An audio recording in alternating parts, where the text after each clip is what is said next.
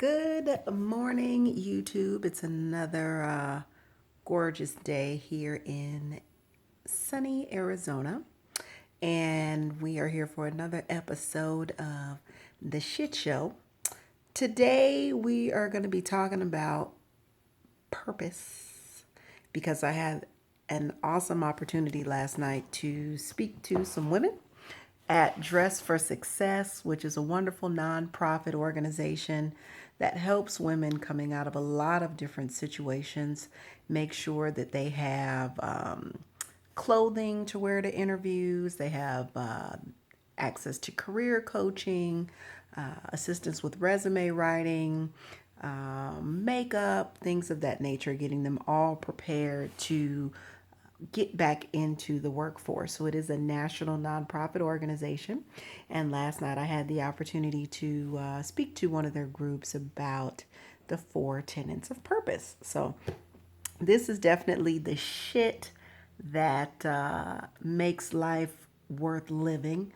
And of course, we know when I say shit, I mean the spirit filled, healing, intuitive, and transformational nature that women naturally possess. Actually, all of us possess these different elements, but don't always tap into it or even know how to get started tapping into it. So, but yeah, I had the conversation to talk about the 4 tenets of purpose last night. And the 4 tenets of purpose are really made up of pieces of how you see yourself. I have women first identify several verbs that really resonate with them. So for me, there's like a list of verbs on this activity that I have called Dare to Shine. So there's like a ton of verbs on here, and you circle, the verbs that jump out to you. Mine are always inspire, mentor, love, things of that nature. But those are usually my top three. So that's the first thing that I have the women do. Second thing I have them identify is their population. So all of us have certain people that we gravitate towards, or certain people, certain life forms, I guess I should say, that we are drawn to. And so when I say life forms, I don't want you to think anything crazy, but some people are really drawn to working with animals. Some people are drawn to working with trees and different things in the environment. So those things are all considered life forms as they have life and energy running through them. So everybody's not going to have that desire to just work specifically with a group of people. But again, I have you make a determination about who it is or what life manifestation it is that you're most attracted to. It's very common that the life manifestation that you're attracted to looks like you. Very common because you've had a wealth of experiences, and these are people that you share a commonality with, or their life manifestations that you've had a great deal of experiences with. So for me, my population has definitely evolved. Black women have always been very, very important to me. But as I continue to understand spirit, as I continue to study, who we are actually, on this earth, the individual spirits that we are, I start to learn more and more about the fact that my population has expanded to women as a whole. And my niche is really those women who are waking up, or women who want to be awake, women who want to make changes. So the age range doesn't really matter as much, but typically I would say those 30 something year old women, because that's usually when we start to figure out in this society that there's something more to life than going to work, paying bills, and repeating that same cycle, day after day. So so that's the second thing. I have them identify their population. The third thing I have them do is understand their cause. And sometimes this one can be a little more difficult depending on what types of things you've gone through in your life. So when I say your cause, I mean what you stand for. And what you stand for could be all kinds of things. You might stand for justice. You might stand for abolishing cruelty amongst animals. You might stand for ending sex trafficking, whatever. But it's really asking yourself the question, hey, when I look at the world, okay, and I don't want you to look at just what's going on in your house. I want you to look out at the world. When you look and you really, really sit for a moment and reflect on it, what is the problem that you'd like to solve or the problem that you'd like to see solved? I tend to believe that if you have the desire to actually solve it, you might be a bit more entrepreneurial. And if you would like to just see the problem solved, maybe you're one that just wants to be involved in a cause, if you will. Okay, so that's the third thing, figuring out what you stand for. I know for me, I stand for women understanding their self-worth, women being able to battle issues of self-esteem, women living fearlessly, and now women really understanding how quickly we can make changes in our lives. I've done really a lot of work just over the past couple of months, just in reading and researching, more researching, and then applying theories and seeing how quickly the process of waking up can take place once we sit in a place of awareness. So those things that I stand for come from my own personal experiences, things that I've battled with. And again, your stand or your cause, very well may be something that's very close to home. I tell women to think about things that have come in their life and maybe rocked them to their core, things that could have potentially brought you to your knees, but yet and still you were able to come out of those things in some shape, form, or fashion. Well, now that you've been able to come out of those things, it puts you in a position where you have the ability to teach others to do the same thing.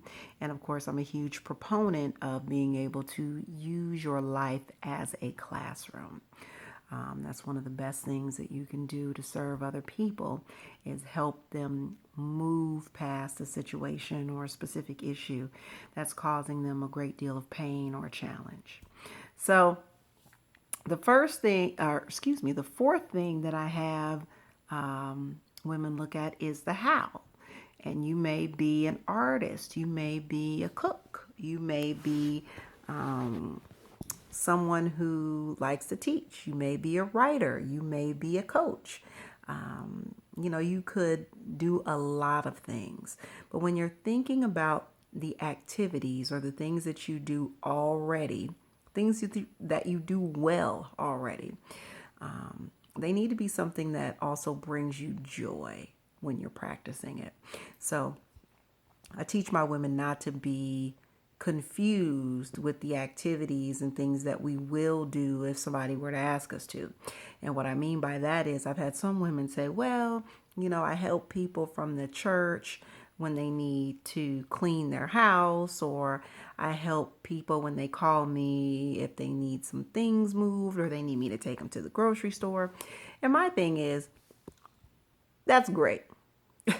I want you to be in a place where you can help people. The question is, do those things truly bring you joy? Not the aspect of helping someone, but If you had the opportunity to do it on a regular basis, would you choose to be cleaning? If you had the opportunity to do it on a regular basis, would you choose to be moving furniture? If the answer to these questions is no, then those are not activities that actually bring you joy. So when we're looking at the how, these actually need to be activities that bring you joy or make you feel good while they're taking place. And of course, we know things could change from time to time. If you like to cook, but then you just received a request to cook for 30 people, that doesn't mean that that might not be a stressful event for you. But ultimately, do you get joy out of cooking? That's the question. If the answer is no, this is not one of the activities that I would want you to choose. So, in this particular activity, I allow women to choose one, two, or three things. And I have a list of things out there that they can choose from. And if they don't see a word on the list that identifies one of their activities, then I have an other box that they can fill in. So I know for me, I enjoy training, I enjoy coaching. I'm starting to enjoy writing a little bit, but I much rather speak. So speaking is also something that I like to do. So when you put all those things together, it becomes simpler for you to create a purpose statement. So for me, I want to inspire, mentor, and love women who have issues with self esteem, self value, and worthiness. I want to be able to teach and train these women, how to leave those states behind or how to move into a place of fearlessness or how to move into a place where they can really awaken to their divinity, how they can really access that goddess that's already inside of them and really start allowing her to be the leader in her life. So those are the things that I talked about last night. I was really very excited as the women, went through this exercise. There was a lot of things that they were able to take away from it. We started even having conversations about the ego and identity, and all kinds of different things that I didn't expect that we were going to have conversations about. But I was very prepared to have those conversations just because of the new information I've been researching. One of the books that I'm just finishing right now is The Power of Now. And last week I read the book A New Earth. Eckhart Tolle, I'm telling you, blowing my mind right now, blowing my mind. Paradigm shift after paradigm shift, and really gaining understanding about how much identity plays a role in the decisions that we make and the ideals that we have and the actions that we take. I mean, absolutely amazing stuff. So I was very much prepared to have a conversation with them about those things last night, and it went really well. They were able to look at some things in a very different way, and ultimately I feel like that is truly what my purpose is here on this earth, to get people to awaken, to get women to have a paradigm shift if that's what they're ready to do at that moment. So I will leave you guys with that, and I will touch base with you again. Again, very excited about Dress for Success. If you guys ever are looking for opportunities to volunteer, check out your local Dress for Success. See if there's one in your area. They do amazing things for women. If that's something, like I said, that you have an interest in. Until next time, have a shit-filled day. Okay? I'm gonna wish that on you. Be spirit filled. Use your love to heal. Be intuitive about the decisions that you're making, and, be transformational in your thinking.